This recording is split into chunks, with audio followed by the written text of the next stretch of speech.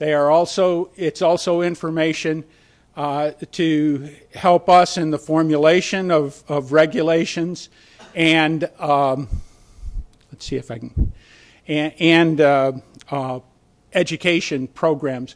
It tells us where we need additional education. This particular survey was tagged on to the harvest survey, the 2011-12 deer harvest survey, and we put the opinion questions on there. It's an online survey, and it's restricted to just individuals. We select the individuals to get a sample of different hunters, resident, non-resident, landowners, etc. This particular survey, we have 118,616 deer hunters in Kansas last year.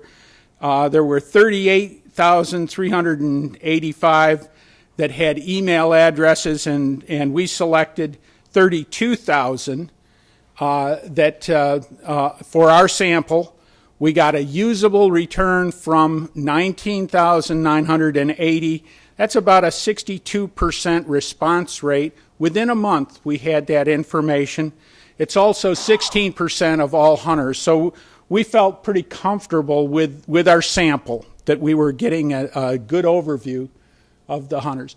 We can also merge that data back and forth with other data from, for example, the Coles data has a variable in it that tells us what state they came from, so we can determine was the individual from in-state or out-of-state, what their age was.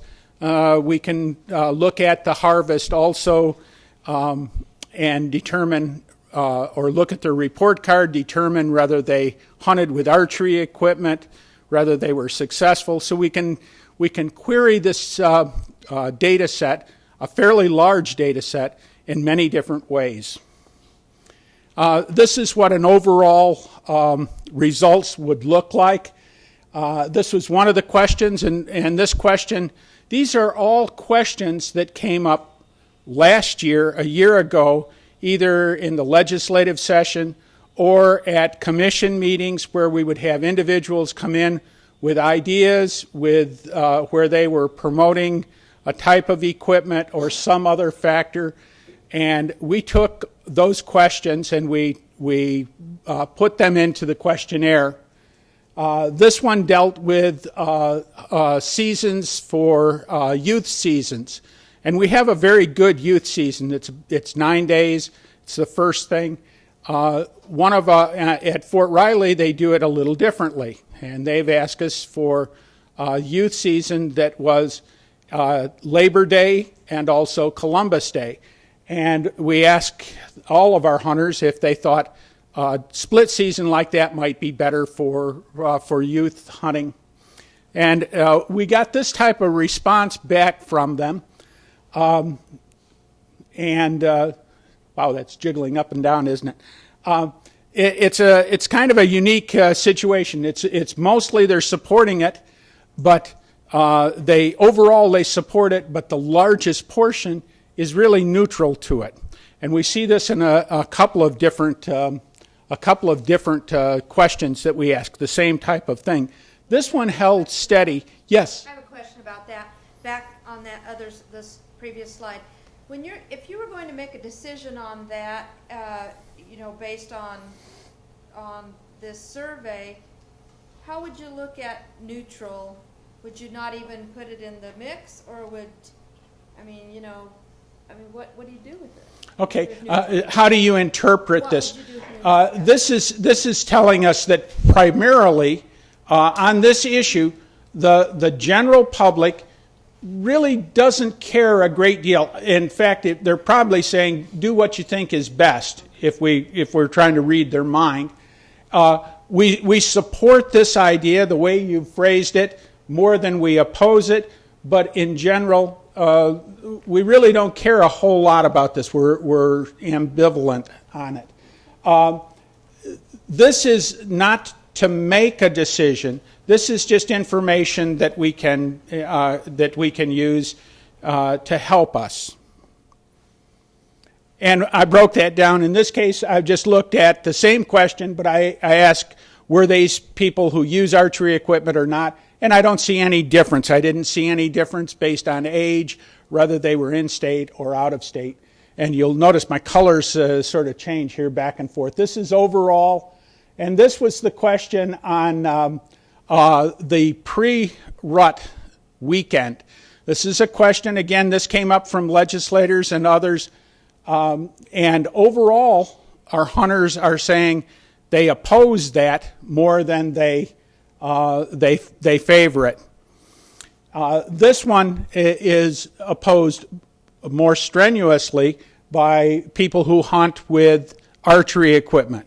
That would occur during the archery season. It was people who don't hunt with the archery season were pretty much equally balanced and neutral on that.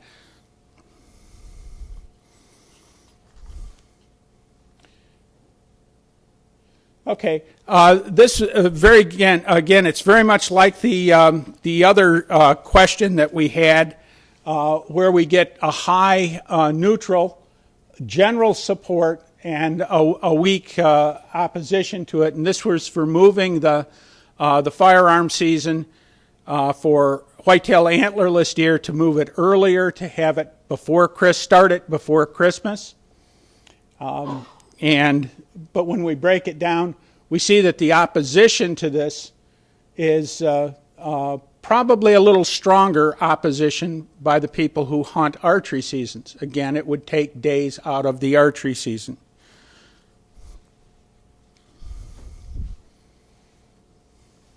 Okay, this was a question, and this was the most controversial question that we asked in that survey. We got the most strong negatives, strongly opposed over on the right side, and strongly supported over on the left side, and a sort of a weakness in the center. People had an opinion, but it tended to be on the two extremes. It was also highly divisive.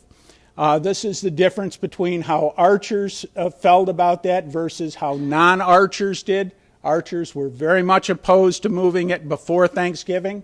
And there was, as you can see, there's a lot of people in the non-archery group that was also opposed to it.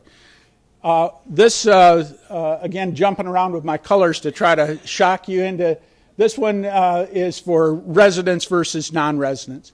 And again, the non-residents were not in favor of moving that firearm season date to before Thanksgiving. And some of them wrote in very nicely. They'd add on, if I had to make a choice between being with my family on Thanksgiving and hunting in Kansas, I might have to choose staying with my family.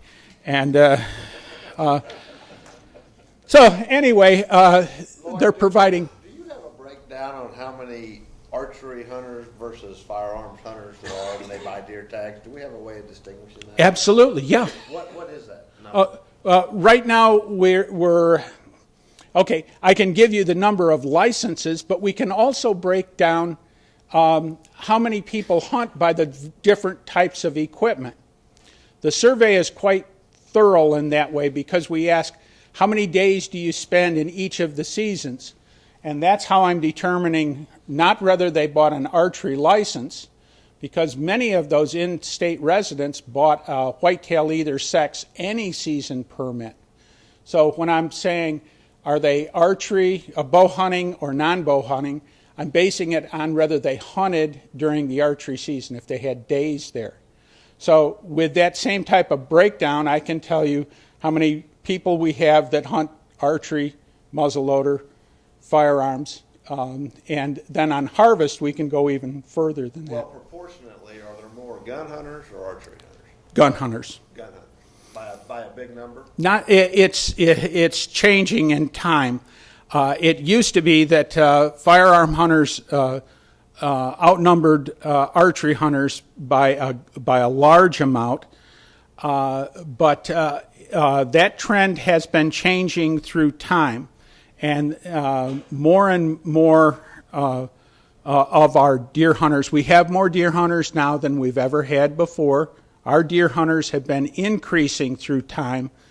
Unlike we're seeing declines in other places, deer hunting is still increasing, not by leaps and bounds, but just a little bit. And they are shifting more and more towards using archery equipment or multiple seasons that include archery. I'll try to go through this fairly fast because I know we're going to run out of time.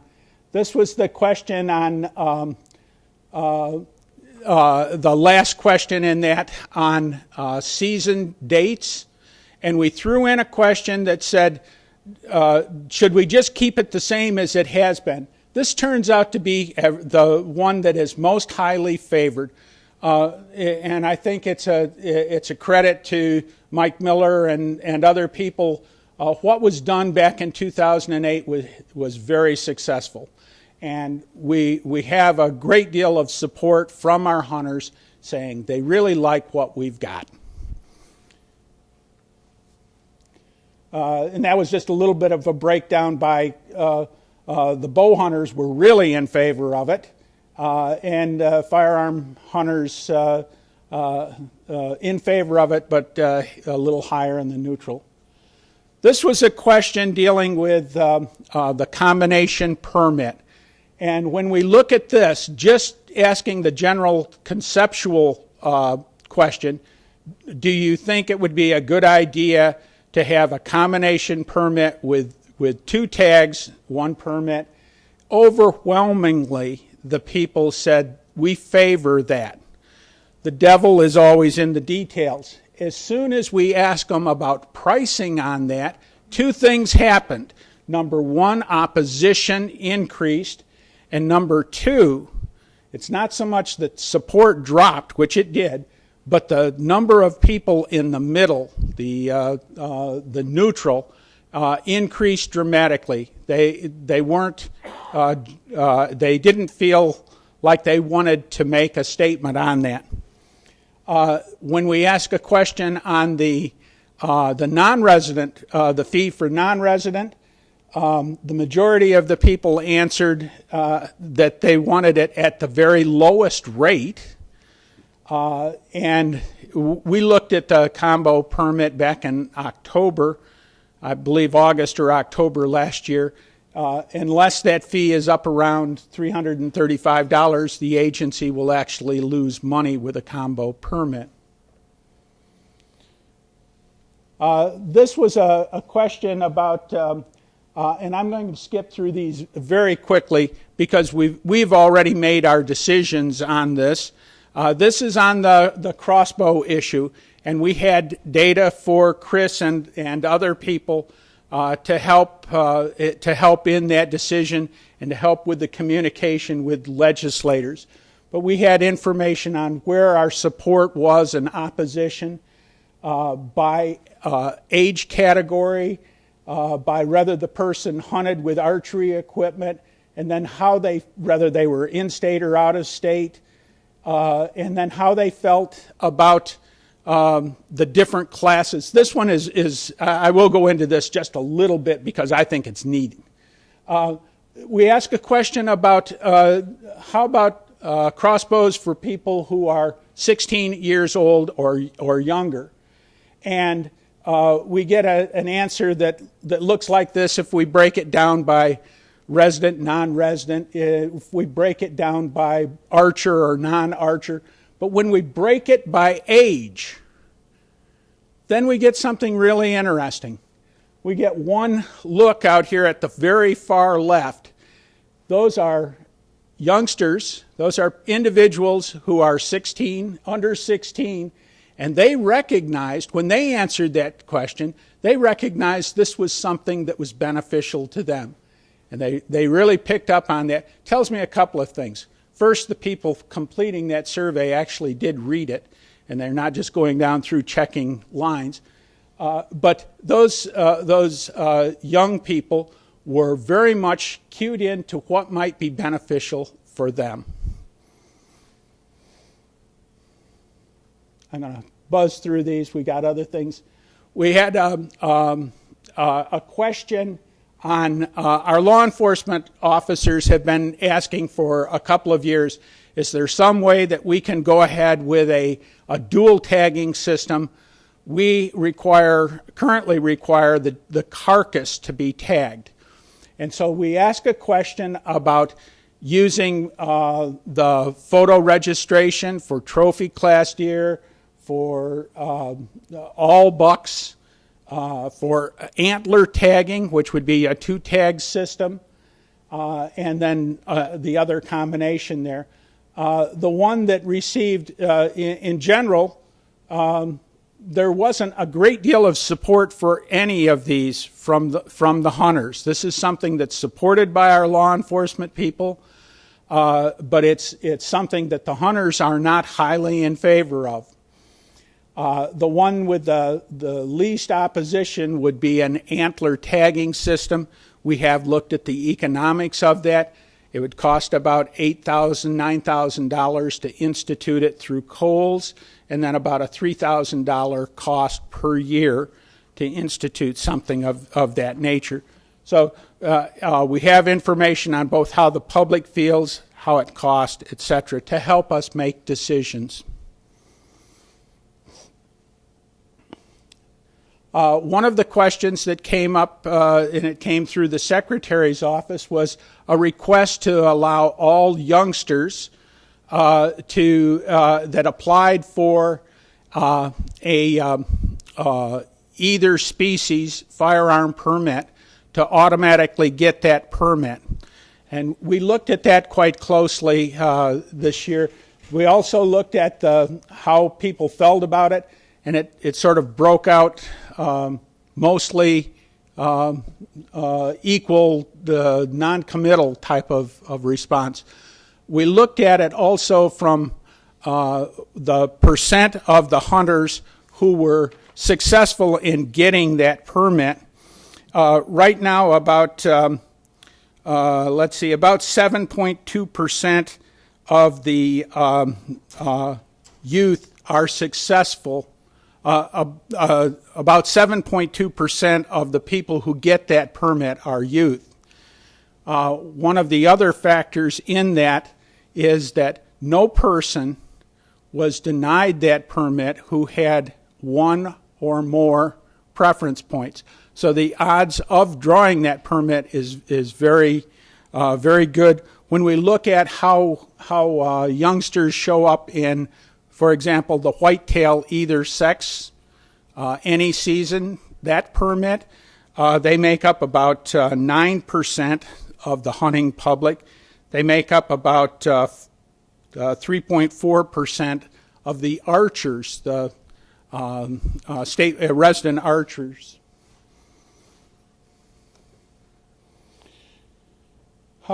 This is the question about, this is a gun case law, and we looked at this one. This was a question that came up. We had individuals that sent us studies that had been done in other states on accident rates and other factors. We looked at it to see how the Kansas deer hunters felt about it. And in general, this turned out to be one that also was both divisive and mostly negative as far as the hunters felt about that.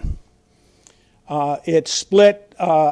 Archers were in favor of a case law, whereas the firearm hunters were much more strongly opposed to a case law. That was the question was very narrowly phrased. It was just during the firearm deer season, and it was only while on public highways. And even with those caveats, the majority of people were opposed to gun case law here in Kansas. And I am sorry, Dennis, it is not in this particular one. I have another slide that does have our information on the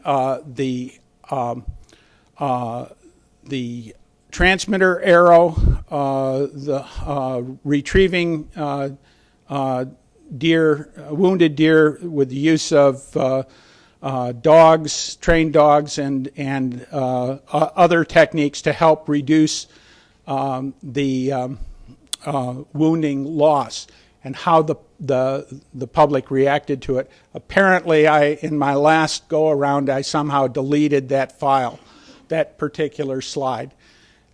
This is the one question we also have that has carried over for this next year for our review session.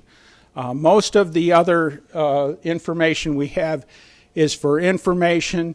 We still have some items that we may consider, but this is to give you some background on what our results actually were there.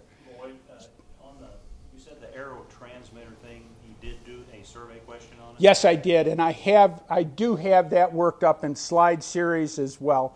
I apparently just deleted the slide. Just ballpark it. Is it generally in favor, not in favor, or what was it? It did not have a high favorable rating. It was more neutral, and it has also not received a high level of support from our deer committee. I have a question from the audience? Can we? Yeah, go ahead. Or should we go back up there? No. Is your PowerPoint over? I got two more, or actually I can quit I've right got here. that data. Yeah, I have the data. I just don't have it on there. I am sorry, Oh, Dennis. no, that's all right. Go ahead. That happens. Well, there was, and this is the thing you gave me. Yes. There was 11% strongly opposed. I'm rounding these off. 11% strongly opposed, 12% opposed, 30% neutral, 27% support, and 20% strongly support. So from neutral, there was 23% in the opposition. That's the data. So more are in favor of it than not in favor of it? It sounds like it's substantial, though. It's hard to look at numbers when you go on. It looks very much like the first slide that I showed you. 22% opposed or strongly opposed. 47% are in favor or slightly in. Right. So it's about 2 to 1 favor over non-favor, Right. according to that. According to that's with everyone.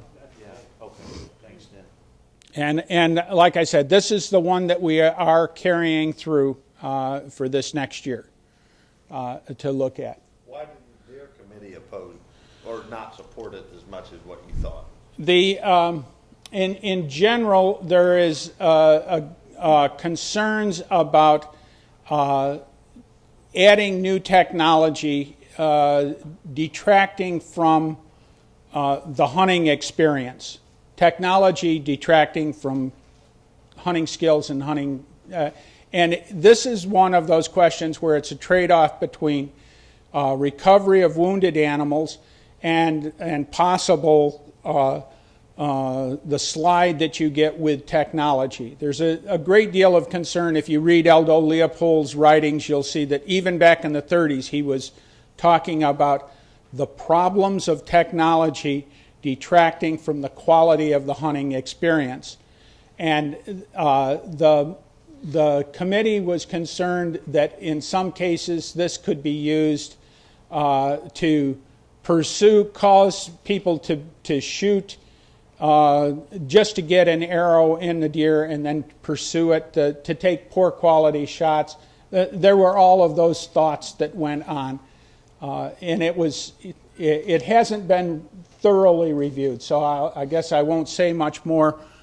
We did want to take a further look at this and work it through the committee.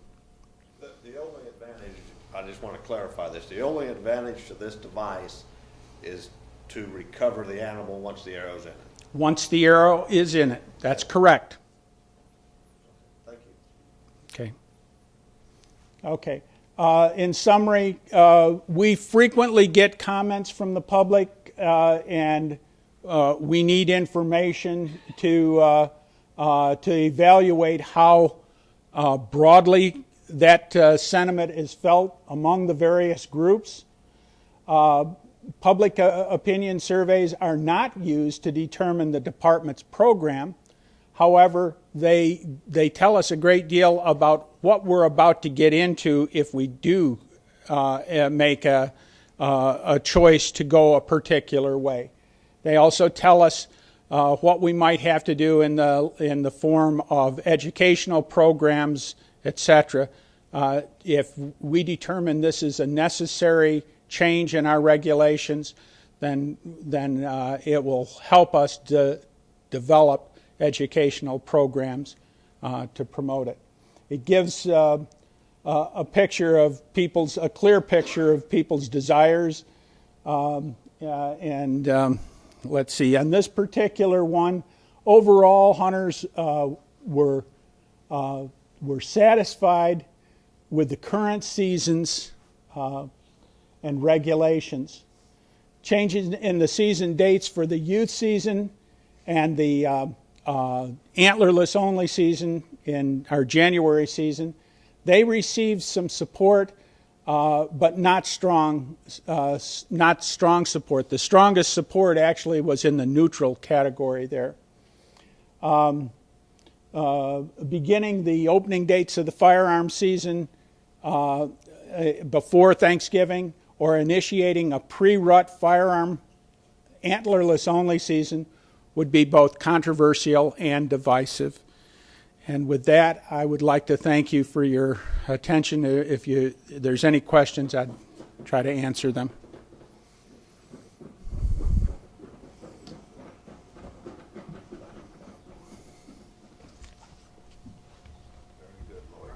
Are there any questions from the audience for Lloyd?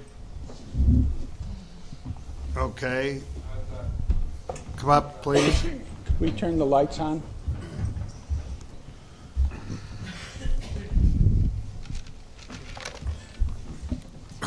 My question to you, Lloyd, and I talked to you before about this, and I wanted to get these dates changed so kids, college kids and stuff would have more opportunity to hunt.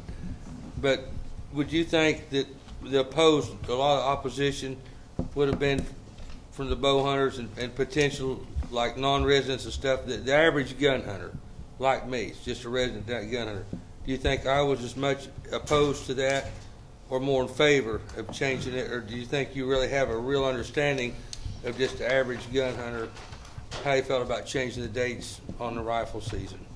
Okay, we did have and that was what the survey was intended to do, was find out what people who hunted with archery equipment versus those who did not use archery equipment. And the archers were predominantly opposed to it. There were some that did favor it, but it was a small segment. The overall reading with the people who do not use archery was I would call it a bell-shaped.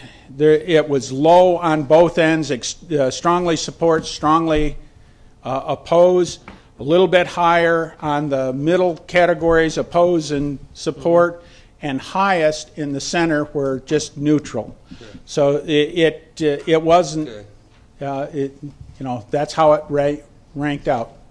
Okay. Well, I know I've talked to you before, but I'll sit down in just a minute. But one thing I wanted to do was get opportunity for the people to hunt. And we talk about recruitment programs and everything else. And I go back to my daughter. She's going to graduate next year. She plans on going to be a doctor. She hangs that rifle up for 10 years. She gets out of school. She may not pick it up again. And that's common sense.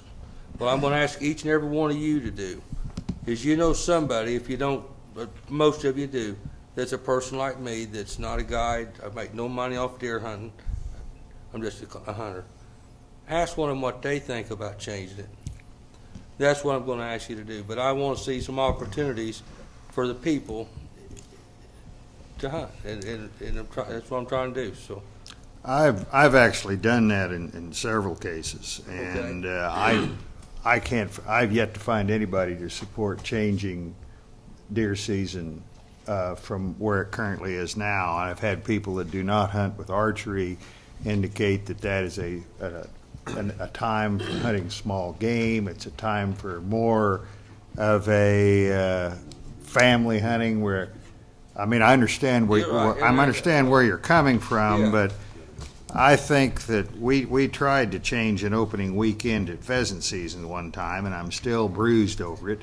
And I'm not sure that we want to go there, but I mean, that's just my one opinion. But I do appreciate what you're Well, saying. and I appreciate you taking your time. My thought was when I grew up, we used to always quail hunt. Thanksgiving was quail hunt, but we don't quail hunt anymore. We don't have any quail.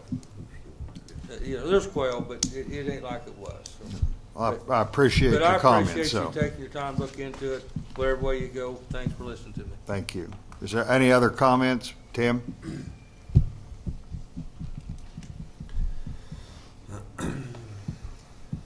Tim Don, just with the Quality Deer Management Association. I just had some questions for Mr. Fox here. All these are opinions. What is the facts when it comes to what you believe personally on what you understand as a biologist on when's the best time you feel to take antlerless deer?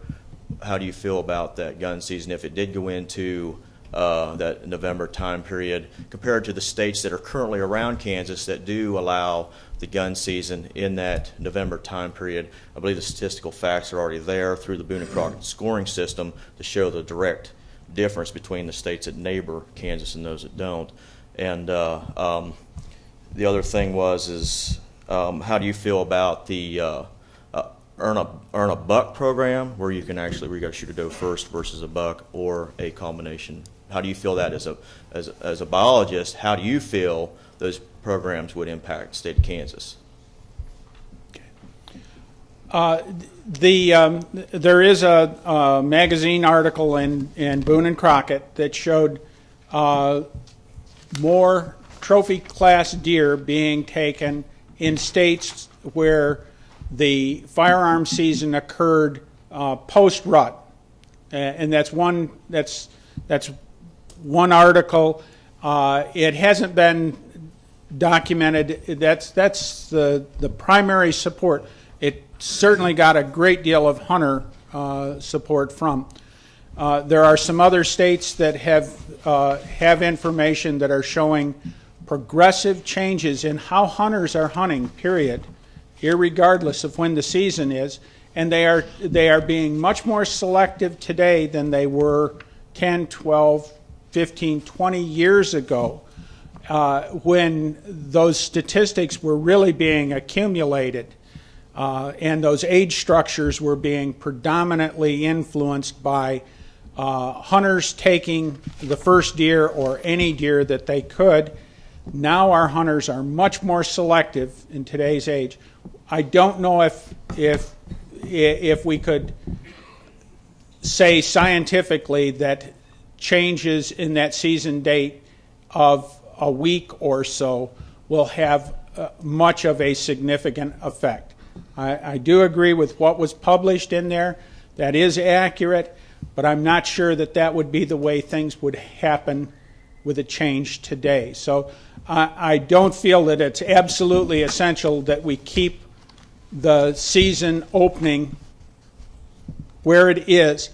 I realize from this survey that our hunters are very much attuned to and desire to keep it there. If we were to change that, the commission and the department would receive a great deal of we would get into a controversy which I do not think would be beneficial for us. We have a very good thing going, so I don't favor that. The Earn a Buck program in some other states has been extremely controversial. In fact, Wisconsin's legislature just passed a law prohibiting their department from instituting an Earn a Buck program. It has some good characteristics.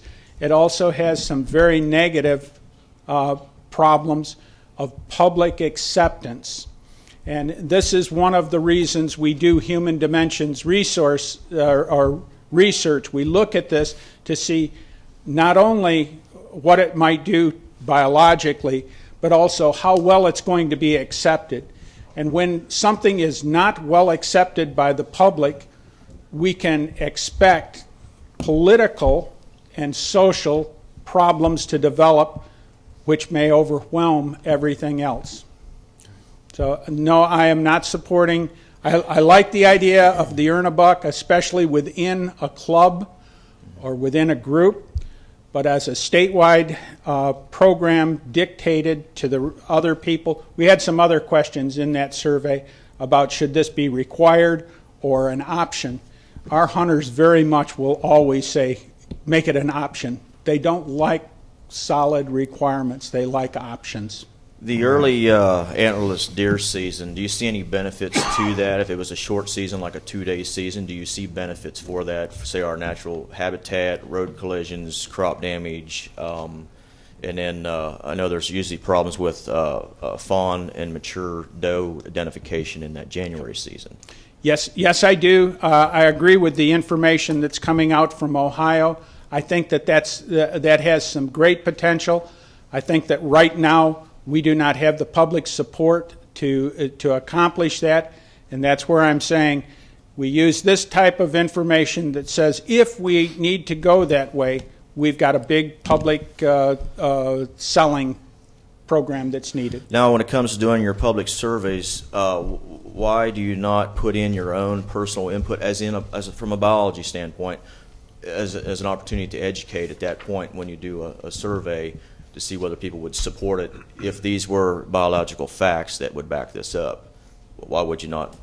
It's an opportunity to educate the public that are going to perform the survey. A survey is not, you don't use a survey. We want it to be unbiased. Okay. We want it to say what their opinion is right now. Because I personally believe that if a hunter is a land manager out there is educated, he wants to make the right decision. He doesn't want to hurt the natural resources. He wants to make the best decision that he can that's going to help further his hunting for the following year and the year on down the road. And so that's why I was bringing that question of how can we work that in, or can we not, because it's a survey? Because if you're asking somebody a survey on baiting, if you're asking a survey on baiting and there's no if they don't understand the biological problems with it, with say like your fish bait. There's actually, Susan, help me.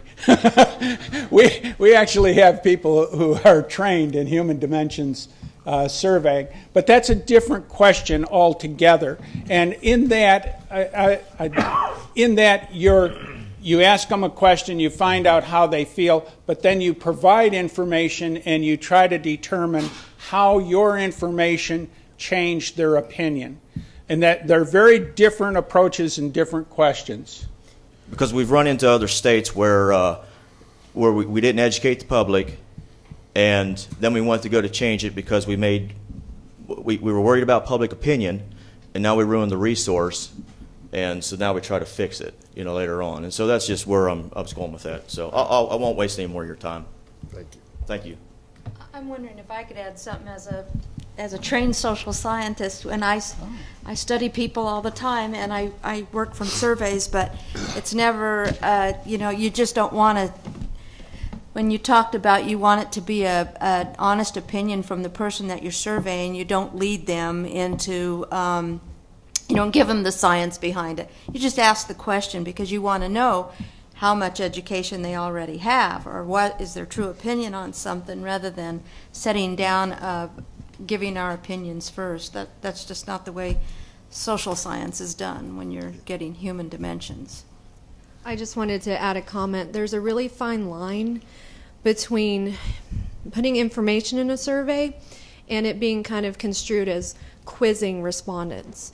People do not like to be quizzed. It kind of puts an undue burden on the respondent, kind of what Deborah's talking about. You want to know what they're thinking. You don't want to lead them necessarily in a certain direction. So, okay, is know there if any that clears it up. more questions for anybody? Couple comments, Mr. Chair. I have one question. Okay, sure. Lloyd, Deer Committee, who's on the Deer Committee? Just We have 5 district wildlife biologists. We have 2 area managers, 2 law enforcement personnel, 1 person from the survey and inventory section, our Emporia section, a chief, and myself. About a dozen folk. About a dozen people. Okay, thank you. And we hopefully will have statewide distribution of input, as well as distribution through divisions and specialties. We had another question from Yes, Robert. Lloyd, could you send us an email on the number of hunters in each category that Commissioner Budd was asking about? Sure. Okay, and I'll send you also the harvest by the equipment type. We have that as well. Okay, thank you very much. Okay. All right, thank you, Lloyd. Tom Brodowski, am I pronouncing that right? Correct. All right, also, Tom has been promoted. Tom is officially the waterfowl coordinator. I don't know exactly how your job description is titled, the new FAA, but that's not the way it is in the manual. In some aspects. Migratory Game Bird Program Manager. All right, well, congratulations. Let's roll into late migratory birds. Thank you. If we could start with the PowerPoint, and would it be possible to leave the side lights on for people that would like to follow along with the briefing book handouts?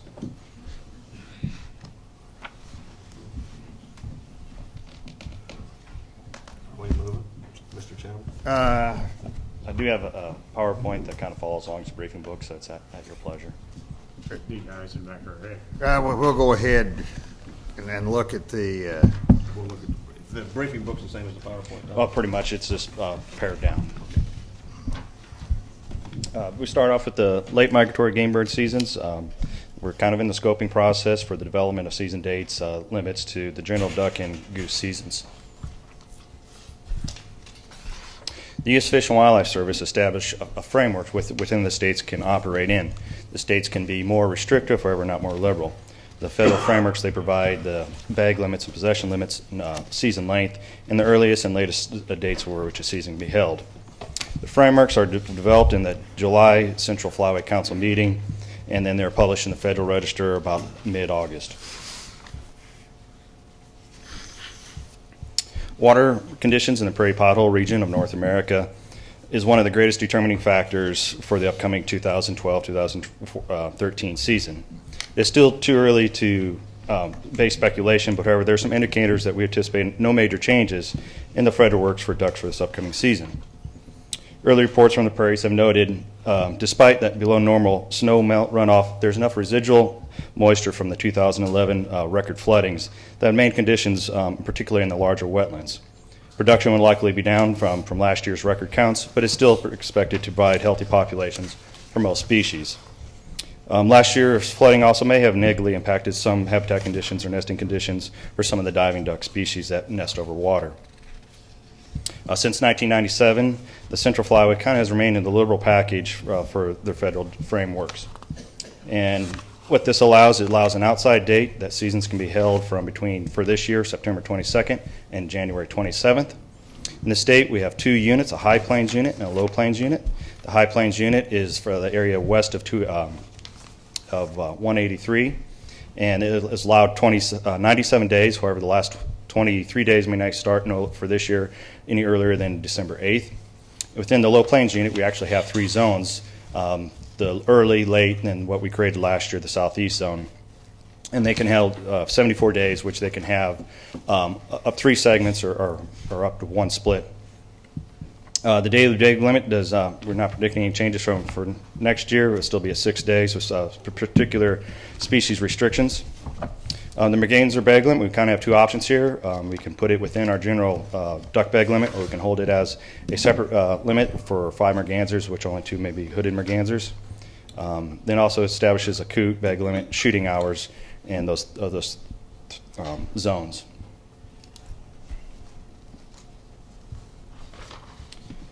Due to the bird life histories, regulations for goose do not fluctuate very much from year to year. They're long-lived species, so their populations are relatively stable. Things like timing of snowmelt has the greatest effect on production. Most goose populations are fairly healthy in the Central Flyway. For Canada geese and light geese, and snow and Ross goose, they're at the maximum season length that can be held at 107 days. That's allowed by the Migratory Bird Treaty Act. Greater white front season is similar. The healthy population, again, that will allow for a 74-day season. Kind of in summary, although it's too early to predict, we participate in no major changes in the frameworks regarding season length, possession limits, opening and closing dates from the previous year for the general duck and Canada goose season. Some important dates coming up regarding development of late migratory game bird seasons. June 21st is the Service Regulation Committee. June 21st, at the Commission meeting, will provide staff recommendations. June 15th to the 20th is the Central Flyway Council meeting. July 25th, 26th is the Service Regulation Committee, which will give us the final frameworks for the season. And August 23rd is the Commission meeting where the board adopts this year's upcoming season. With that, I'll take any questions. Anybody have any questions for Tom? Tom, are you going to take into consideration what the USDA's done with their modification of their planting seasons and the weather pattern changes? You're just referring to them updating their growing season lengths and timing. Their update was just from 1980, so they're finally updating. We've actually moved our duck season 2 weeks later, so we're kind of ahead of what USDA have done in some aspect. Okay. But it is a consideration of some of the recent seasons, what kind of seasons and weather patterns we've had. That will all go to within our staff recommendations. Okay, thanks. I presume there's a reason for this early zone to look like a congressional district. Sure. Our early zone kind of targets are shallow wetland complexes, things like Cheyenne Bottoms, Jamestown. These are areas that freeze up where the predominant duck species are teal, shovelers, and pintails, and those kind of species. The late zone boundaries, we try to mark that so that those are deeper water habitats that stay open later and are more of our, or some of our things like mallards and some of the diving duck species. Any other questions for Tom? Any questions from the audience? I had a couple, Mr. Chairman. Okay. Tom, when did the freeze-up occur in the 2011 duck season? In what particular area? Southeast zone. The southeast zone? don't know for sure. I live in Great Bend. This year, I don't think things like area Maridazine was greatly affected by ice, where it froze up for a number of days this year. You say you think it did? No, it did not. It did not. Mm-hmm. Okay. We do have a report of Maridazine where the area manager had gone back to look at his historic data of their largest harvest and hunter populations to look at effects of different season dates will have on hunting opportunities for that area, and that will be presented at the June meeting. At the June meeting. If I remember right, that had something to do with the discussion we had last time on duck season, that when we had a freeze period, it affected the manner in which we hunted those ducks. Like the deeper water in the refuges didn't freeze up as bad as the shallower stuff. Correct. No, particularly in the southeast zone where there is a number of duck clubs that have the means to maintain open water, whether through ice heaters or through pumping of water. They have the ability to hunt later in the year compared to, say, some of the people that hunt the small water impoundments like on Flint Hills or Maridazine, which the typical water depth is 18 inches, less than 2 foot. And So last year we didn't have that freeze up, then there really wasn't any difference in that. No, there was not. So it was last year was we just recently had done a hunter survey of over 7,000 hunters in that area, and a lot of them had noted that this was not the typical year, but they're kind of waiting to see what the next few years to bring. Okay. Tom, and you started to answer this briefly, but maybe I just don't get it. Can you tell me again why the configuration of that early zone is the way it is? It's to carve out the areas that are the shallow water impoundments like Cheyenne Bottoms, Jamestown. So basically we're splitting the reservoirs from the marshes, basically. So that allows an earlier start date to take advantage of those species that are moving teal. Like the #1 duck in the harvest for Cheyenne Bottoms is blue-winged teal. And by October, early November, they're gone through the state. So that a lot of those hunting opportunities are would be lost if we pushed that back. I mean, I kind of understand that, but when you look on the north side of that map until you get, you've got such a huge area in the late zone, and then you're back into the early zone again. Yeah. Just And we carve around the river, the Arkansas River, Quivira National Wildlife Refuge. Since they have some springs and the Rattlesnake, we kind of make the request to be in the late zone there. But the north zone is just really to capture some of those large reservoirs like Lovewell, Wilson, Canopolis. Any other questions? Questions from the audience? Let's move into early migratory birds and the workshop session. Okay, we'll start with September teal. September teal seasons are designed to provide harvest opportunity on teal that normally migrate through Kansas prior to the general duck waterfowl season. We have teals that start actually coming through the state into mid-August. And season lengths are based on breeding teal populations that are not available to the June. The federal frameworks will not be set until the June 21st Service Regulation Committee meeting. Even though the federal frameworks are not set, we anticipate to have the ability to conduct a teal season. This is based on last year's blue-winged teal population of over 9 million birds and spring habit conditions on the prairies. If you noted in the packet, we provided some staff recommendations based on a couple of varying scenarios. For a 9-day season, we'd recommend having the season being held from September 15th to September 23rd. And if a 16-day season is allowed, as we expect, we propose the season to run from September 8th through September 23rd. However, we note for the High Plains unit that there only might be 8 days possible. This is due to the 97 days available for the regular duck season area. You add on the 2 youth days, and we'd be pushing up against that 107 maximum days allowed by the Migratory Bird Treaty Act. And with that, I'll take any questions. Any questions from Tom on the teal season? Sheila, our meeting is when in June? 22nd? 21st. So that's the same day the report. Sure. Usually I get a call from our flyway rep letting us know what the final season So you will won't be. have the report Not with you until that day. until that day. Would you mind when you get that report, and I don't know if any of the other commissioners are interested in it or not, but I certainly am. I'd like Sure. The report, I get the information from a phone call. The report gets published in the Federal Register, and I can provide that to you once that's published. Is it something that a pretty slow guy like me can understand? It's just, well, I guess legalese language. So it's not the most exciting read. It provides a lot of background information, and You can email us and say liberal. Thank you, Mr. Chairman. I think that's what you wanted to know. Okay.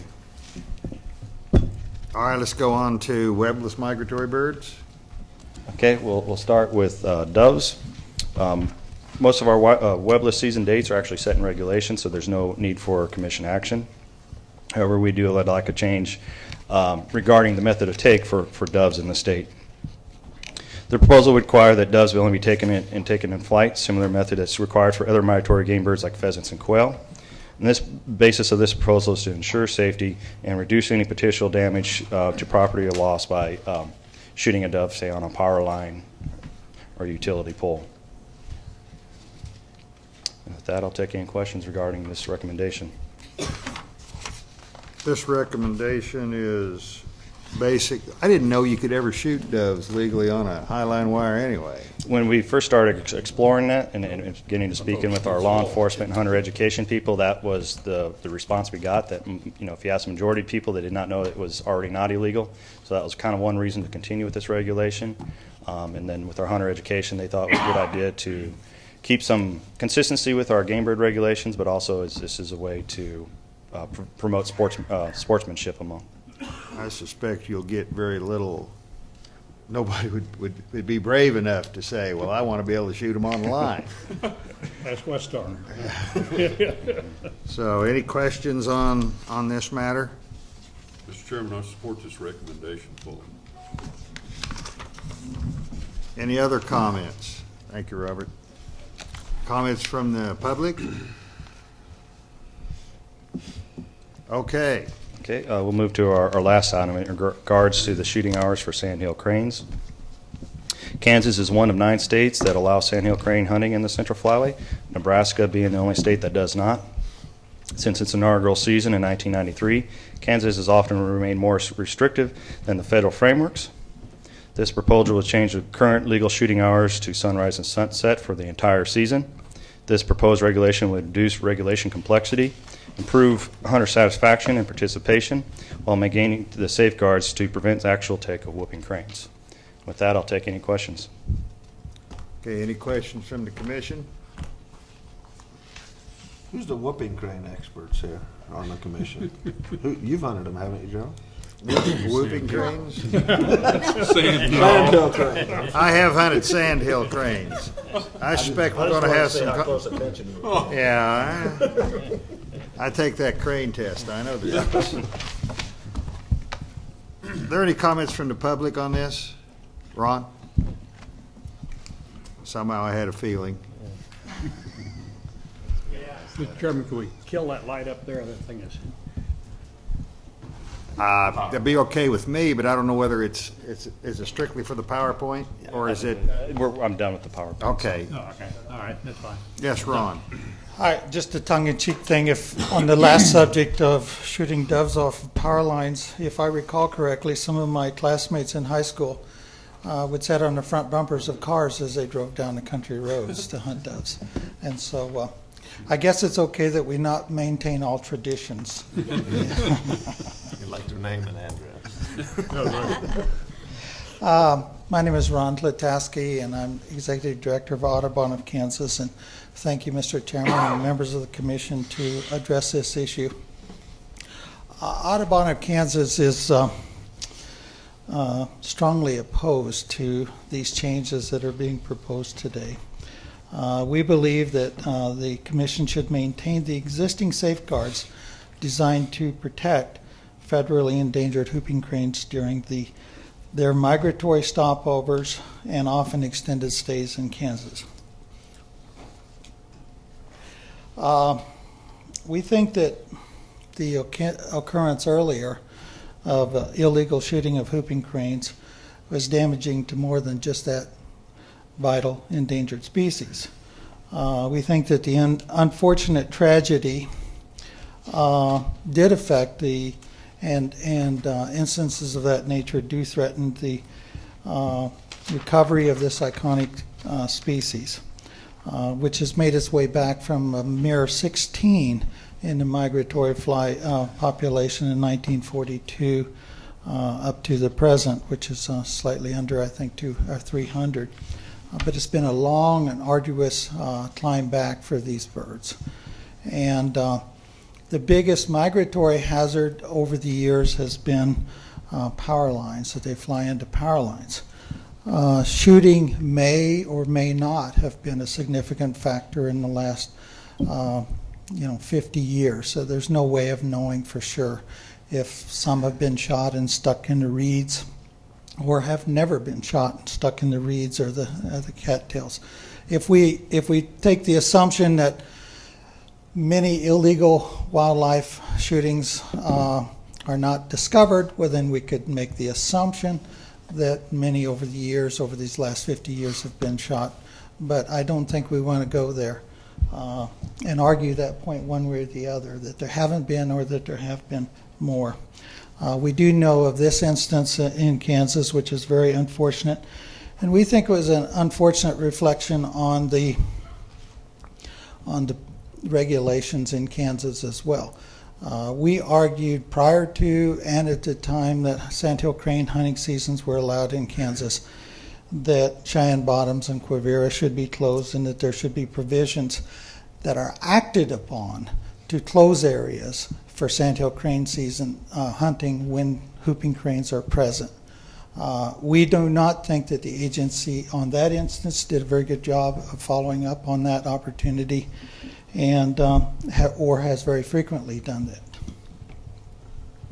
We also think that this type of shooting casts a shadow over ethical hunters, and so we need to do everything we can to prevent those who are trigger happy or careless from damaging all hunters and with mistakes of this nature. And I can assure you that when and if it happens again, it'll be front page news. And I think that hunting does not, the sport of hunting does not need very many situations of that nature.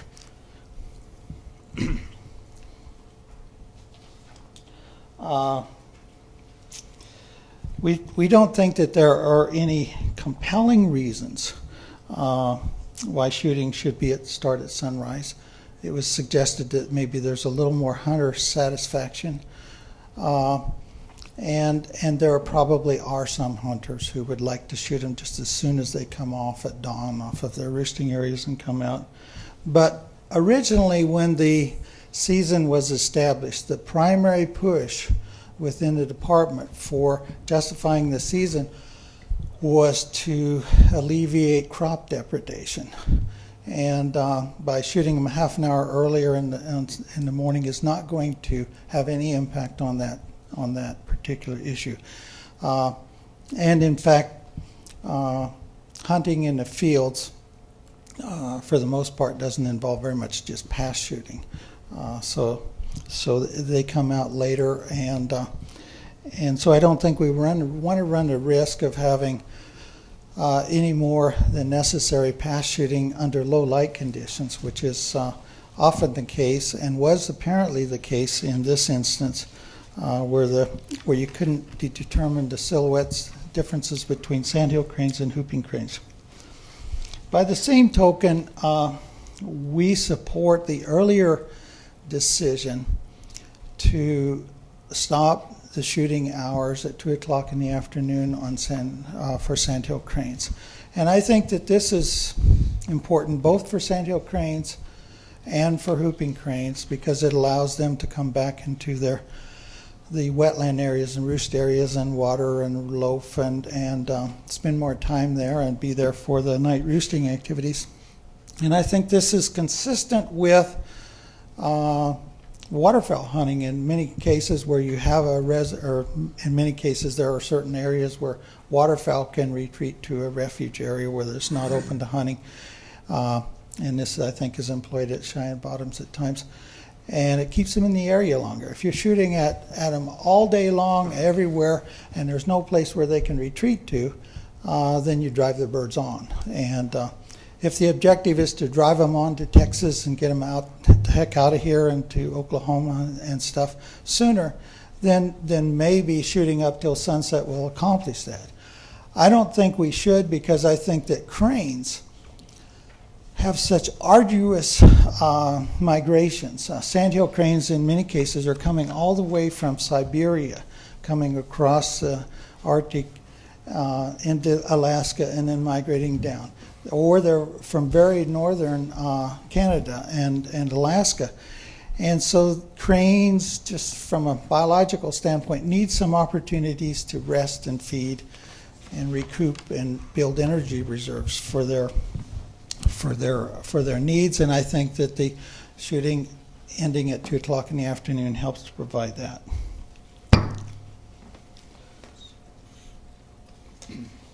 And it also avoids, the same problem you have at sunrise. If you go till sunset, you have some conditions, although usually probably not as problematic as it is in sunrise when you have glare and silhouettes.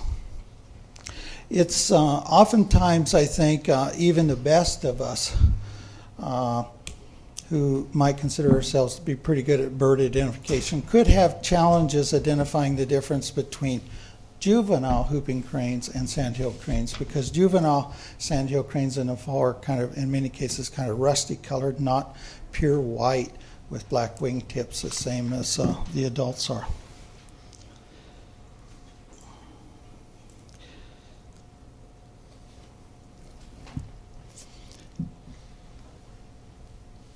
The other thing I wanted to mention is our objection,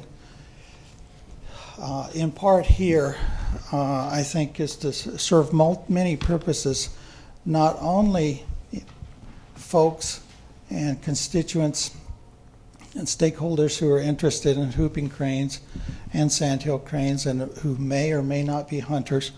But the fact that I think that we want to build as much cooperation as we possibly can, and I've stressed this before here, maybe not as well on a couple occasions as I could have when you guys were debating the rehab things. But I think that we need to build for the agency and for wildlife conservation as many constituencies as we can and reach out to as many stakeholders as we can to involve them in these decisions. And so I do think that while for a few of the 400 crane hunters waiting a little while is an inconvenience, I think that you send a really good message if you have opportunities to involve and listen to the other stakeholders in this as well. I saw this morning a letter that you received from one of our new board members, Lisa Stickler, who indicated in her bio that she gave to us to become a member of our board of trustees last Saturday, that she's a life member of the NRA. And she's one of two on our boards that I know of. There may be more. So Audubon of Kansas is not viewed as an anti-hunting organization. One should never confuse non-hunting individuals with anti-hunting. And that certainly applies in her case. Our Board of Trustees unanimously voted to ask the Commission not to implement these changes, but that if you are interested in pursuing the possibility and you want to set up a committee that would involve the Kansas Ornithological Society, Audubon of Kansas, and other stakeholders to discuss the issues along this line, that we would certainly be interested in participating. I think that Mike Miller indicated that the agency is doing many things to recruit and retain young hunters. And one of the things that he mentioned was that it was a positive impact. The Pass It On program is a positive impact for the agency. It has public support and public acceptance, and I think that the decisions that you make on this should also be viewed in the same vein. And the other thing is that your agency title now adds tourism, and so I think that whenever possible on your agenda you should incorporate certain things that deal with tourism. The governor is hosting a ecotourism summit on Saturday, and I think whooping cranes can be a big part of that when they come, particularly to Quivira. And I think that this is all part of the mix, and we thank you for considering that. If you have any questions, I'd be glad. Are there any more questions or comments from the public? Mr. Chairman, I have a question. Yes. Tom, on the thrust to change the season for the cranes was because why? Why just in general language? Well, first, to reduce regulation complexity. Right now, the second half of the season, it's already at sunrise. So we just continue that first hour. So we're denying people opportunity by an hour. The federal frameworks is a half hour before sunrise, so we're still remaining more restrictive than what the federal frameworks allowed. We're the only state and including the Canadian provinces, that actually have any kind of shooting hour limitations. Okay. The same thing with the 2 o'clock is just to provide opportunity for those people that want to hunt those birds in the evenings. And in the 11 years of activity here, there's been two that were accidentally. Two known that were accidentally shot, and they were actually shot before the season even started. At that time, the season started at sunrise. They shot before, I think, 15 minutes before sunrise, so they actually were cited for hunting birds outside the season. And was that one hunter or two hunters? I'm not sure if one hunters or two hunters were charged. 7 hunters were charged. And that was on private land just outside of Quivira. But there were 2 birds taken. 2 birds that were known to be taken, and a third injured bird was found later, whether he was a part of that group. They admitted to shooting at 3 birds, but only, and they don't know if that third bird was that third bird they shot at or not. And this was one party? That was, Correct. this all occurred within one party? Okay. All right, thank you. Mr. Chairman? Go ahead. Yeah. Go ahead, I just had to. Okay, I was here when this all happened, and we took some action that has worked. There has not been a bird shot in the last 8 years. And this is also through the training program that we have had for hunters to identification of them. But I live right on the west side of Lake Harrington. And when I'm up or looking out the window at sunrise, and we have a lot of just about every type of waterfowl there, it's very difficult to identify which are which. So, and I can understand why the agriculture interests would like to have the birds move on, get them out of here, because, and I thank them for feeding all of these animals for us, everything we have. And as a hunter and on a hunting commission, I can appreciate the fact that they want to have as much hunting opportunity and success as they possibly can. And remember, folks, we're not only a hunting commission, we're a parks commission. And parks and tourism go hand in hand, and I'm glad the governor put us together because that's our job. And what we do with parks has a definite idea of what we do with tourism. People coming out to do bird watching and watching these magnificent birds is a very important part of our tourism. So, on balance, and of course, as you know, you rank under a June bug as far as I'm concerned. But we've got to protect this valuable natural resource and these endangered species that, being born or hatched or whatever out there in the wild is a very dangerous place. And anything we can do to make life easier for them, I think it's our obligation to do for the sake of the birds. So, what we did 8 years ago is working. I see no reason to change it. And I think we need to protect the birds as well as the hunters. Tom? Tom, yeah, my question is on the federal guidelines. I mean, it's half hour before sunrise. Correct. Is it till sunset? To sunset, correct. Okay. So either way, we're still not abiding by it, whether we went to sunrise We're still at 2 remaining. o'clock or sunrise to sunset. Yeah, we're still remaining within those federal frameworks or more restrictive act. But recognize, after the 1st of December, it goes back to sunrise for whooping cranes. And this is to protect the sandhill cranes. I mean, the whooping cranes. So, you can hunt from sunrise on legally after the 1st of December. Generally, most of the birds are gone, but you can do that. Well, there'll be more of them gone if we chase them off during November. Yeah, peak migration is actually First, I have a couple In October, late October. of general comments and some very specific comments. First of all, I do hunt sandhill cranes, and I do understand the complexity and the lack of uniformity in the opening times. And I was also on the commission when the incident took place that created quite a bit of embarrassment. However, at the time, there was a loud, highly vocal overreaction in that if these hunters would have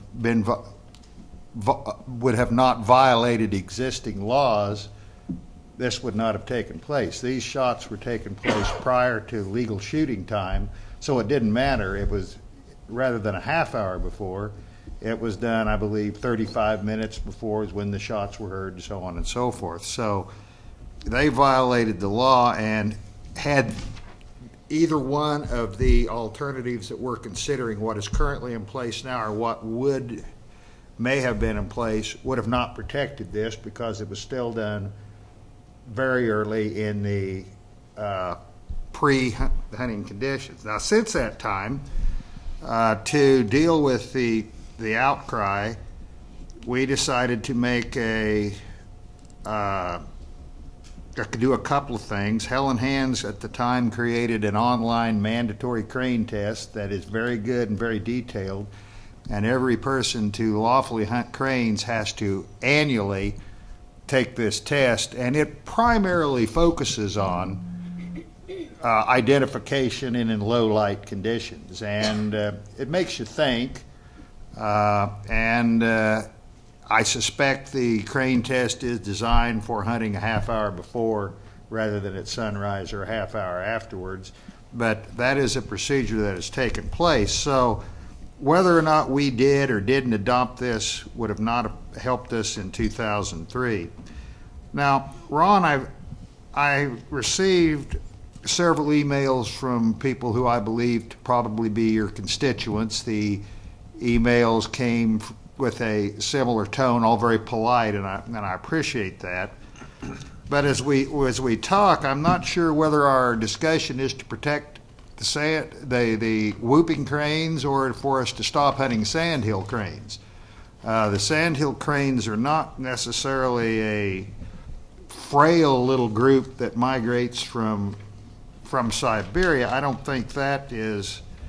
I think they can withstand the hunting pressure and the times that are suggested as a safe deal by the U.S. Fish and Wildlife Service.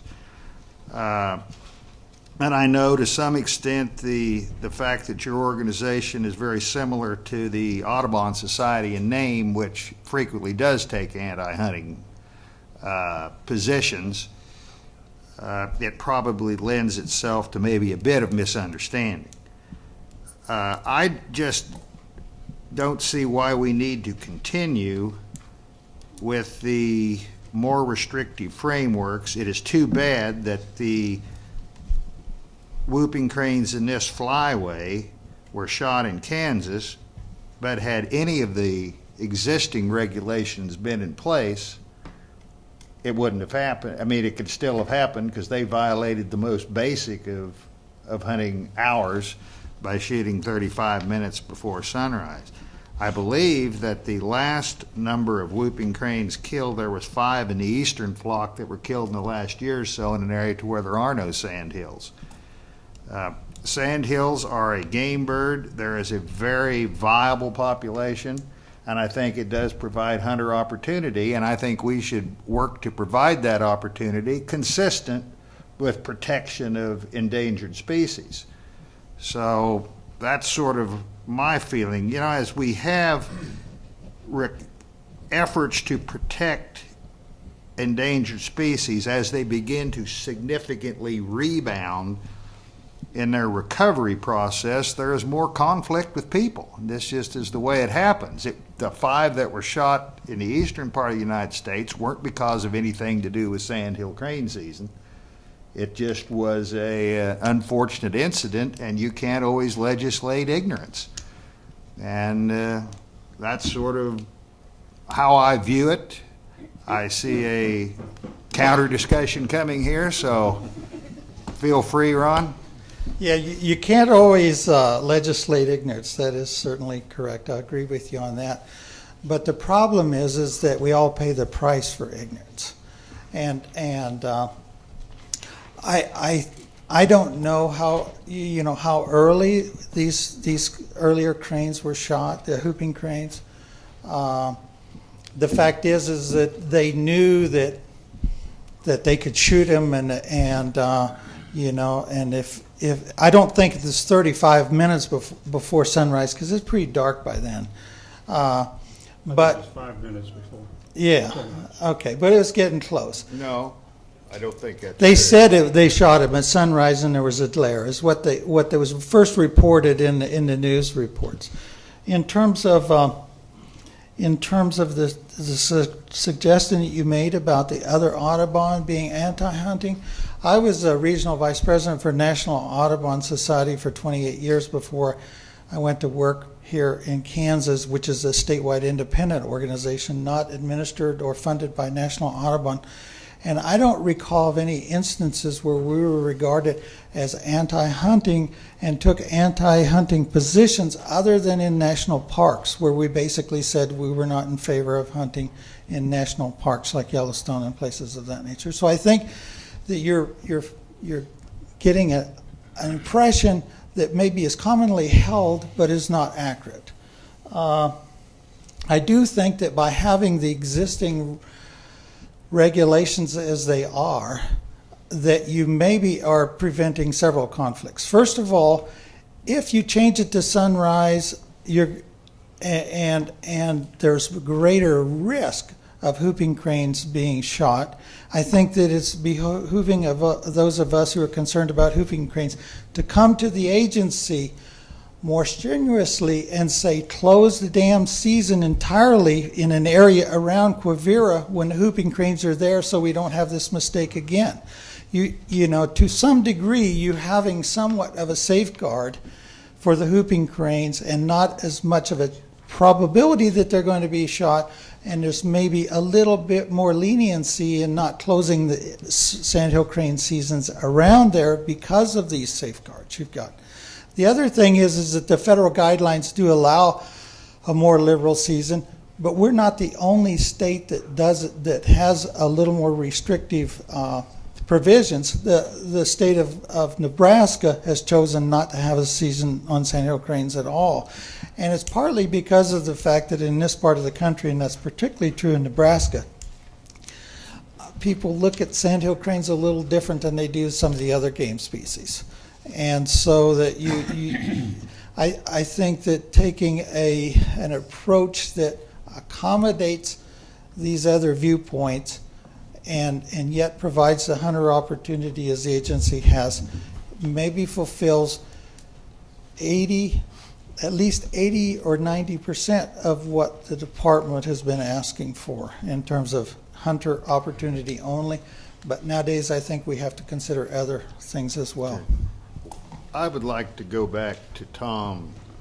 I think it's important as to what our own law enforcement people, and I see Kevin is not here, but our own law enforcement people, as to that fateful day that had a variety of news reports.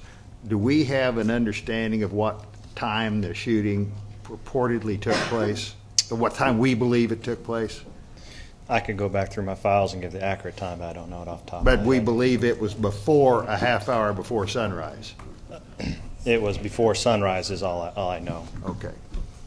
Well, but if you get up early, shooting a half hour before sunrise, it's really difficult to see what you're shooting at. I mean, we make water. At any rate, if it was, as I feel is true, that it was a half hour, 5 minutes before sunrise, if our law was in place and they were shooting 5 minutes before the legal opening date,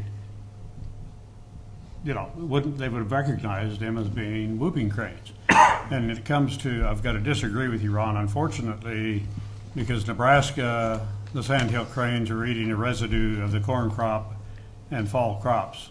In Kansas, they're eating the wheat. The sandhill crane has got a long, sharp bill, and they don't just nibble off the top like geese do. They reach down in and pull the whole plant out. And for the sake of our agricultural community, I can understand why they want us to keep them moving around. So that's the reason I don't support, taking it out entirely. But to make a compromise, and I think what we decided 8 years ago is working. We haven't lost a sandhill crane in Kansas in all that time. So why change something that works and it protects a endangered species? It allows hunters to hunt the resource, and it's working great. Let's keep it where it is. Steve, do you have a question? While he's coming, I'm just going to make one comment. I think, and I have never hunted sandhill cranes, but these guys that shot the whooping cranes, it'd be no different than a guy went deer hunting and he shot an elephant and he shot him 15 minutes before it was time to shoot him. He still shot an elephant. Yeah. Doesn't make any difference. These guys still did something, whether it was 5 minutes, 2 minutes, 15 minutes. The time really wasn't the cause of this. the guys were the cause, the hunters were the cause of this. It wasn't anything to do with the regulations. They were gonna shoot the whooping cranes no matter what the time frame was, my feeling anyway. Well, other than the fact that I agree with that, but I think to take the other side, it's a question of it was misidentification, and the closer to noon you open hunting season, the less you're going to have misidentification, and so I understand that. I just feel that the risk of damage to whooping cranes by having it a half hour after and sunrise is not very great. Now, Steve. Thank you. Steve Sorensen, I'm Kansas Wildlife Federation from Valley Center. Tom, I've got a question in your briefing book. It says in Kansas's 11 hunting seasons, a total of 4,284 hunters have hunted. Sure, I do have a correction to that. Okay. Can you turn the PowerPoint on? Can you turn the PowerPoint on from there? We've actually had 19 seasons, which we have 18 years of data from. Okay. We've sold over 16,000 permits. We've had about 7,000 active hunters. They've bagged about 15,000 cranes. However, our active, so it's about, for our average, 893 permits, 390 active hunters, and about 849 cranes in a given year. Last year we had sold about 500 permits and had about 180 active hunters. The KWF supports your proposed change in the regulations, and no specific reason. I understand, Frank, what you're saying, that what we've done since 2005 has worked, hasn't shot any whooping cranes, but I'll point out that the first 11 seasons, or the first 11 seasons we had when the season opened at sunrise, we didn't shoot any whooping cranes then either. So, and as it is now, more than half the season, it starts at sunrise. Right. After December 1st. So, But if there are whooping cranes present, the managers of Quivira and Cheyenne Bottoms can keep it at a half hour after sunrise. They can close the area. They close the area. Close the area. They don't change. For the example, time. in some years, Quivira loses about 75% of their waterfowl hunting days due to the closure of whooping cranes. right, because it's enclosed entirely, and you can't hunt cranes on Quivira anyway. They shot 15 minutes before sunrise is when those two birds were taken, and I just lost my train of thought. So I'll get the hell off the track. Thank you for the correction. I just want to make sure we support the change. Mr. Chairman, when do we vote on this? When does this, We workshopped this once or twice yet. This will be voted at the June 20th meeting. June 21st meeting. Well, I think we need to all gather some more information, because what we said, you can't come to a conclusion unless you can argue both sides of an issue with compassion. So I would like to have an opportunity to continue to study this thing, and if we keep going today, I'm going to be repeating myself, and nobody wants me to do that. So let's move on. Do you have more question? Yeah. Yes, you can. December 1st, we have a different start of shooting hours. Is that because that's usually after the whooper migration, or why do we usually, why is that done? The season structure is to allow 80% of the whoopers to pass. Say 80? 80% to pass before the season starts. However, that was in 2004. We're getting cranes that actually stay here later and later in the year. We actually forego a lot of harvest opportunity for sandhill cranes because their arrival into mid-October and actually peak probably early November. Okay. I got a question for Ron. You had said something about closing season around Quivira when the whoopers are there. Is that what you're wanting to happen, or I couldn't totally understand you? No, what I'm saying is that I probably should have happened on that occasion when there were so many hoopers at Quivira And actually, that is what the plan calls for. It just really hasn't been done that way. I'm not suggesting that they close it. The other thing I just want to mention is, as Steve said, there weren't any whooping cranes shot in 11 seasons or 19 seasons. Other than that, we don't know that. I can't suggest there were. He can't suggest there weren't. Stuffed them under the cattails. Just like there were several bald eagles shot last year, and I don't know if that was the only ones or if there were a lot of others. We can't say that. Whooping cranes are probably one of the most highly studied birds as far as their migration, where they're well marked. If a whooping crane is late on migration, people start worrying. Yes, and we've lost a lot of them. We don't know what happened over the last 50 years, as I've indicated. Some may have been shot in North Dakota, some may have hit power lines in South Dakota. We don't know. Eaten by a wolf. Or eaten by a wolf, yes. Steve? Well, Ron, I don't think that's accurate. They're counted pre-migration at our wood bison in Canada, and they're counted when they get to Aransas. And we may lose one or two, but I'm somebody, Tom just mentioned, they're probably the most studied bird and most monitored bird there is in the nation right now. And we do know how many we lose. Maybe we don't. I can argue. I won't. Well,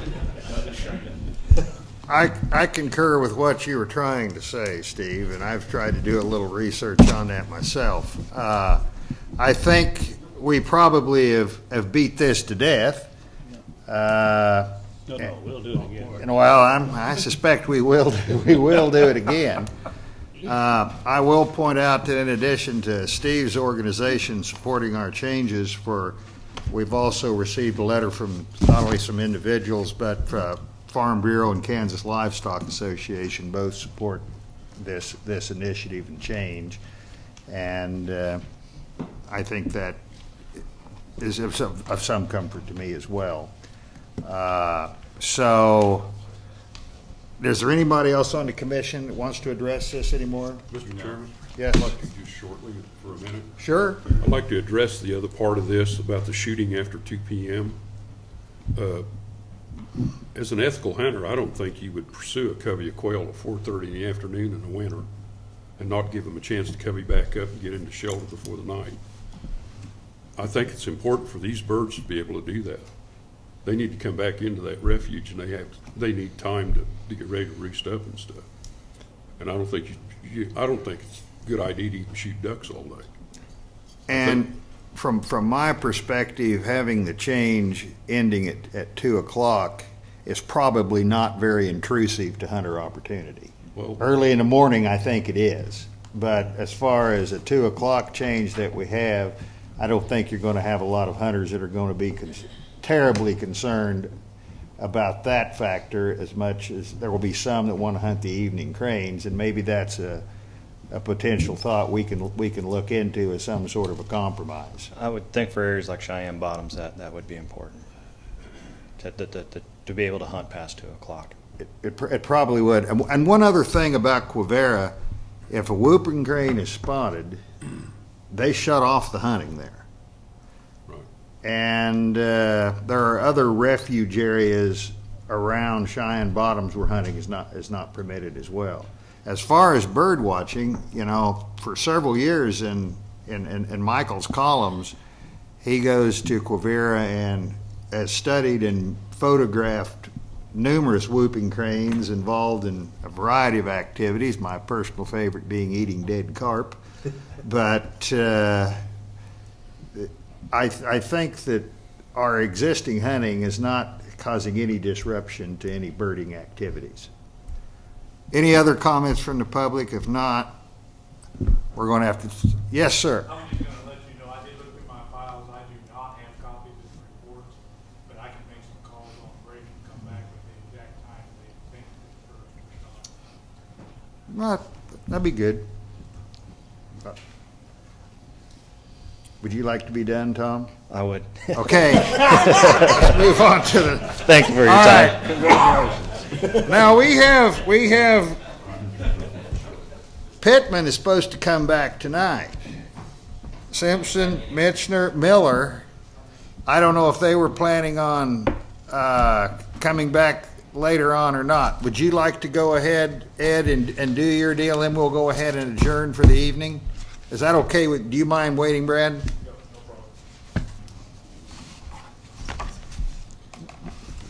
Mr. Chairman, thank you very much. That's all right. This will be short. I do not have a PowerPoint. Good, because Frank and I are tired of that light on us. That's right. The topic, completely different, commercial mussel harvest. Much of the information I have came from Tom Mosier, who decided to retire in mid-March, but he did gather much information over the last 20 years, but not much in the last 10 because there's been a moratorium on freshwater commercial mussel harvest the last 10 years, and that's why it's up again. It expires this year, and we are asking for an extension of that 10-year moratorium for another 10 years. We, meaning me, I've done quite a bit of research, Tom, who's discussed this with me, fisheries personnel and law enforcement personnel, especially in southeast Kansas where this past commercial harvest has occurred. In doing so, I've really come up with 4 factors. One, right now freshwater mussels are at very low demand and therefore prices are low. China has flooded the market with cultured pearls, and they have developed techniques where they don't even need the mother of pearl nuclei that they used to get from Kansas. What about, what are the other states doing around us? We spoke to Oklahoma. Oklahoma allows permitted mussel harvest and has sold just 1 permit in the last 3 years. Evidently, there's a Carl Puckett in Oklahoma. Other states around here, north of here, Missouri, Iowa, Wisconsin, Minnesota, none of those states have commercial mussel harvest except in the Mississippi River proper. There's been a long history of commercial harvest in Arkansas. I just spoke to their person yesterday. In 2011, they sold 19 shell taker permits. The price in Tennessee from 1999 to 2009 went down over 50%. Number 2, we have a new wild card in the game, and it's called the zebra mussel. We know it's in the Neosho River system. Past research, I think this question came up last month. I've looked into several papers out east where they show that our native mussels are affected by zebra mussels. They're showing a reduced growth rate and also lower densities, which means there's higher mortality.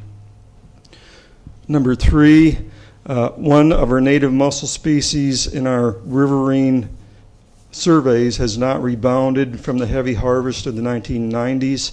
That would be the three-ridge mussel, made up of over 80% of the river harvest, and just over 1.2 million pounds were harvested from 1992 to 2002. In the Verdigris River sites, back in the 80s, it made up 32% of the relative abundance. Now it's down to about 2%. It still is common in the Murtisine River, where it makes up 43% of the relative abundance, and there's no commercial harvest in the Murtisine. Number 4, commercial harvest in the 1990s did increase trespass complaints, and the high prices garnered illegal activity intake and did tie up law enforcement manpower.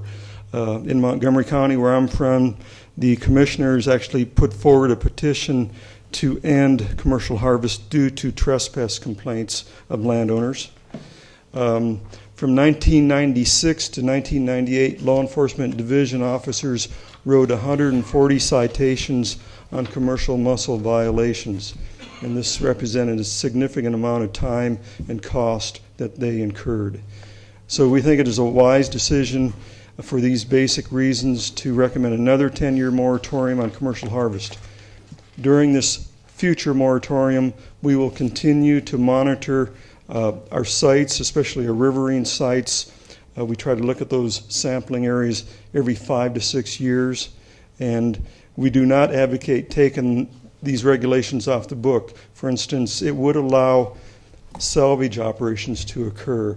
If a reservoir dropped down or there was a drought, we with these regulations on the book, and we did this a couple of years ago on Toronto Reservoir, where it dropped down and there was a salvage operation that Mr. Puckett was involved in on Toronto Reservoir. And also, maybe someone can find a useful thing on the zebra mussels, so we can make that a commercial species. We'd have no problem with that happening. With that, I'll take any questions. Are there any questions from the commission? Any questions from the public? No, I think that I like to quit, and I'm kind of hurry to get out of here. I like to head, no head well, we've actually went diving, he went diving before. I don't care to put a moratorium on mussels, but I'd like to see you open the lakes up. They're not a native impoundment, they're a man-made impoundment. I don't know if I'll ever dive again, or if there'll ever be a market for shells again.